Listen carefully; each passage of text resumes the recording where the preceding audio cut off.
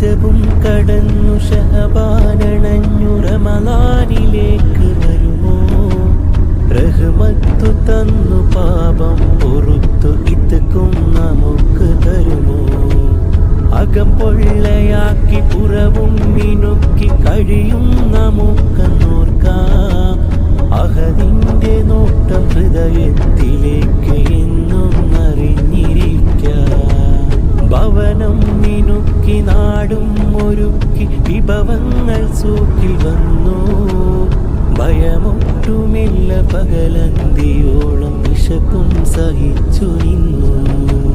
ഖുർആനതില്ല ദിക്റൊന്നുമേ